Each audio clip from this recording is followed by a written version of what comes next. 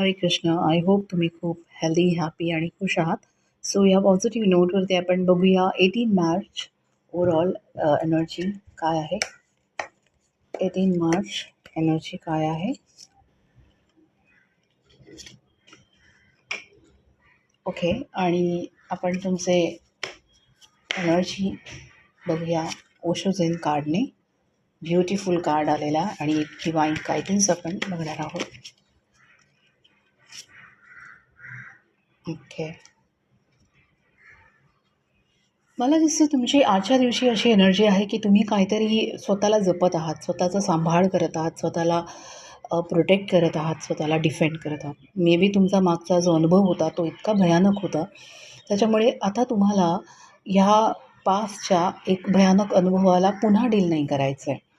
म्हणून तुमचं जे स्वतःचं आहे त्याला तुम्ही जपत आहात. तुमचं सेल्फ रिस्पेक्ट, तुमचा मान सन्मान, तुमची माणसं, ओके, तुमच्या आजूबाजूची रिलेशनशिप्स किंवा तुमचा पैसा, तुमची प्रॉपर्टी, जे पण तुमचं आहे त्याला तुम्ही जपत आहात. कारण की तुमचा अनुभव जो आहे तो खराब होता. काही लोकांना आज असं वाटेल की काहीतरी समोरून येतं आहे आणि त्या समोरून येणाऱ्या प्रश्नांना किंवा एनर्जीला तुमची तेवढी मानसिक तयारी आज नाही आहे. थोडेसे घाबरलेले, थोडेसे डिफेंड अशा एनर्जीमध्ये आहेत. इन सिम्पल लँग्वेज थोडेसे प्रोटेक्टेड एनर्जीमध्ये आहे.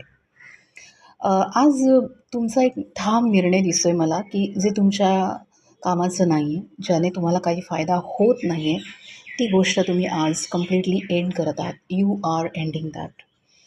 मग ते रिलेशनशिप असो, कुठलं नातं असो किंवा तुम्हाला कोणतं व्यसन असो, ज्याच्यामुळे तुमचं नुकसान होत आहे, ती गोष्ट तुम्ही आज कम्प्लिटली एंड करत आहात.